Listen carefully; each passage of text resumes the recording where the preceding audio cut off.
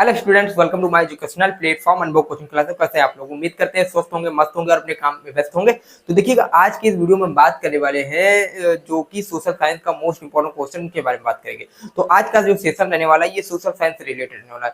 तो मैं उम्मीद करता हूँ सभी छात्र, सभी स्टूडेंट हमसे जुड़े होंगे और जुड़ रखे होंगे। ठीक है, अगर कोई छात्र ऐसा जिन्होंने अभी तक हमारे चैनल को नहीं सब्सक्राइब कर रखे तो पहले हमारे चैनल से जुड़ जाइए, हमारे चैनल को सब्सक्राइब कर दीजिए और बेल आइकन दबा दीजिए। ठीक है, जिससे आने वाले हर सेशन का नोटिफिकेशन आपके पास पहुंच सके। तो और इसके साथ साथ इस वीडियो को अपने मित्रों के साथ जरूर से जरूर साझा करिएगा। तो देखिएगा, आज की इस सेशन में हम बात करेंगे सोशल साइंस के बारे में।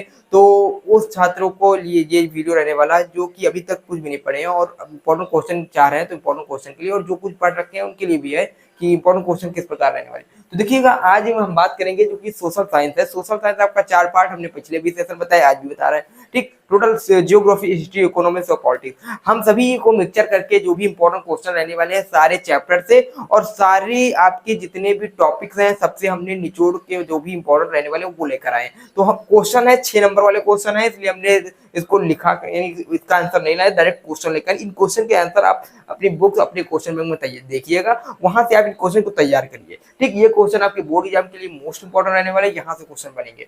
ठीक, हम बात करते हैं भारत में सड़क परिवहन के विकास का परिचय दीजिए। यानी कुछ नहीं करना भैया, भारत में जो सड़क परिवहन वाला जो जियोग्राफी से है, लास्ट वाला जो परिवहन वाला चैप्टर वहां से लिया गया। तो इसमें हम बात करते हैं भारत में जो सड़क परिवहन है उसकी विकास का परिचय दीजिए। तो भैया आपके 6 नंबर के जो क्वेश्चन रहने वाला है भूगोल से, तो 6 नंबर क्वेश्चन यहाँ से बनते हैं। दीर्घ में लिखना है। अब क्वेश्चन का फॉर्मेट कैसा रहता है, किस प्रकार हमको बोर्ड एग्जाम में क्वेश्चन लिखना है, तो हम सब बताएंगे। ठीक, आप बस हमसे जुड़े रहिए, हमारे प्लेटफॉर्म से जुड़े रहिए। ठीक, तो हम बात करते हैं 6 नंबर का यहाँ से क्वेश्चन बनने वाला है। उसके बाद बात करते हैं आर्थिक विकास, यानी इकोनॉमिक्स से क्वेश्चन आया। अभी हमने जियोग्राफी के बारे में बात किया, तो यहाँ से हम सारे क्वेश्चन आपको बताते रहेंगे, मैथ हो, साइंस हो या सोशल साइंस। अब इंपॉर्टेंट क्वेश्चन को ही देखेंगे कहाँ से क्वेश्चन बनेंगे। ठीक है, तो अभी तक कोई छात्र ऐसा जिन्होंने अभी तक नहीं कुछ पढ़ा, तो अभी भी समय है। अक्टूबर, नवंबर, दिसंबर, जनवरी और फरवरी में तो आपका बोर्ड एग्जाम है, तो यानी जनवरी तक मान के चलते हैं, 4 महीने आपके पास है। 4 महीने में इस प्रकार प्रिपरेशन करनी है कि इंपॉर्टेंट क्वेश्चन को ध्यान देकर पढ़ते रहना है। ठीक, भारत में सड़क परिवहन के विकास का परिचय दीजिए, यानी आपको भारत में सड़क परिवहन के विकास का परिचय देना है। इसको आपको इस तरह के, यानी आपको 4 पेज में लिखना है इसको। ठीक है, तो विकास जो परिवहन है उसके बारे में इसके लिखना है सब परिचय के हिसाब से।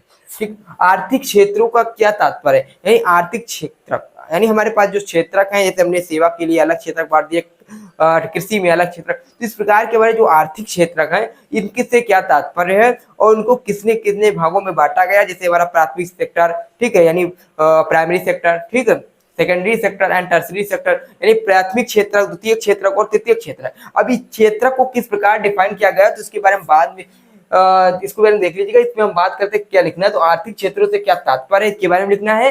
कौन कौन से क्षेत्रक हुए हैं, प्राथमिक क्षेत्रक, द्वितीय क्षेत्रक और तृतीय क्षेत्रक। अब इसमें हमको तृतीय क्षेत्रक जो है, इसके तृतीय क्षेत्रक के विशेषताओं की विवेचना करना है। विवेचना मतलब एक्सप्लेन करके थोड़ा लिखना है। ठीक है, तो यहाँ से आपके क्वेश्चन बोर्ड एग्जाम के लिए मोस्ट इंपॉर्टेंट है, यानी सेक्टर से क्वेश्चन बनते हैं जो कि इकोनॉमिक्स है।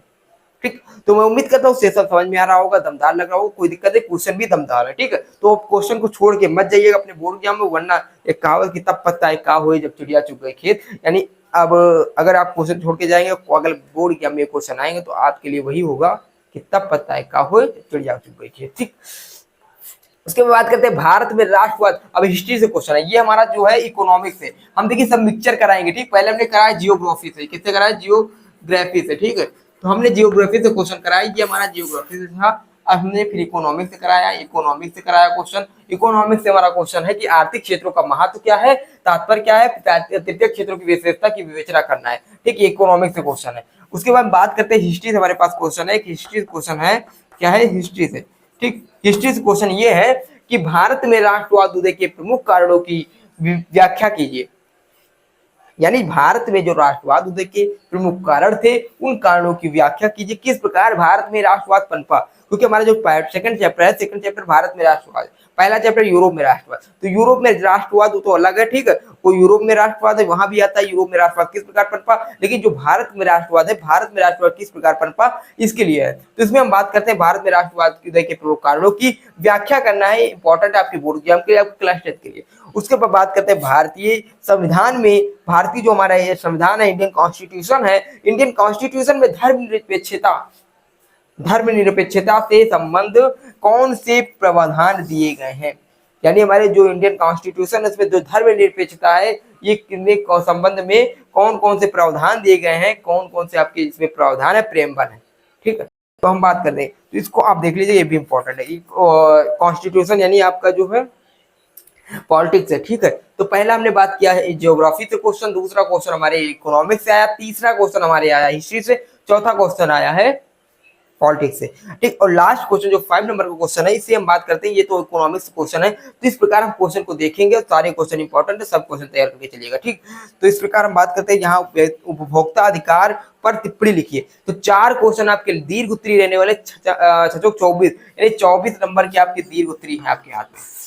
70 में 24 आपके क्या है, दीर्घ उत्तरी है, और प्लस 20 नंबर आपके एमसीक्यू, यानी 44 नंबर आपके क्या है, इस प्रकार बनेंगे।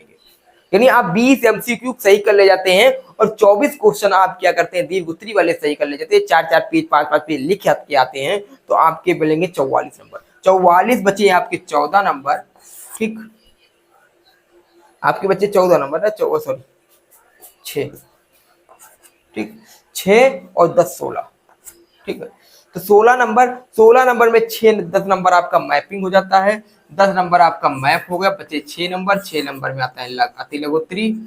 ठीक, तो इस प्रकार क्वेश्चन आपके बनेंगे। ठीक, तो मैं उम्मीद करता हूँ इस प्रकार क्वेश्चन आपके रहने वाले हैं, इस तरह फॉर्मेट रहने वाला, तो तैयार कर लीजिएगा। उपभोक्ता कंज्यूमर राइट क्या है, उपभोक्ता अधिकार पर टिप्पणी लिखिए। तो उपभोक्ता अधिकार पर आप टिप्पणी लिख सकते हैं, यानी जो कंज्यूमर है, जो उपभोग करता है, जो वस्तुओं को खरीदता है और उसका उपयोग करता है अपने जीवन शैली में, तो क्या होता है, वो होता है उपभोक्ता। उपभोक्ता इसके राइट क्या क्या है, यानी अगर कोई भी आपसे एमआरपी, जो आपका एमआरपी पड़ा रहता है, कोई भी वस्तु खरीदते हैं तो उसमें एमआरपी रहता है, उस एमआरपी से अगर कोई भी उसमें एमआरपी से ज्यादा रुपये लेता है, तो अगर आप उस पर क्या करते हैं, आपका राइट है, आप उस पर क्या कर सकते हैं, कंप्लेन कर सकते हैं। ठीक है, तो ये आपका राइट है, क्योंकि एमआरपी से ज्यादा कोई आपसे रुपये नहीं ले सकता। ठीक है, तो उसमें वो कंज्यूमर जो अधिकार है वो जो कंज्यूमर राइट है, यानी उपभोक्ता अधिकार है, उसमें आपके कौन कौन से अधिकार है उस पर लिखना है। ठीक है, तो आपके बहुत से अधिकार है। आपके अधिकार, आप कोई भी खुला सामान नहीं ले सकते। ठीक, आपको हम बताएंगे, जब डिटेल में पढ़ाएंगे तो बता देंगे। ठीक है, लेकिन आपके जो क्वेश्चन है, ये क्वेश्चन इसी प्रकार रहने वाले, क्वेश्चन को तैयार कर लीजिएगा अपने बोर्ड एग्जाम के लिए। तो पहला क्वेश्चन हमारा, भारत में सड़क परिवहन के विकास का परिचय दीजिए, यानी भारत में सड़क परिवहन के विकास का परिचय दीजिए। सेकंड क्वेश्चन हमारा है, आर्थिक क्षेत्रों के क्या तात्पर्य हैं और तृतीय क्षेत्र की विशेषताओं की विवेचना कीजिए।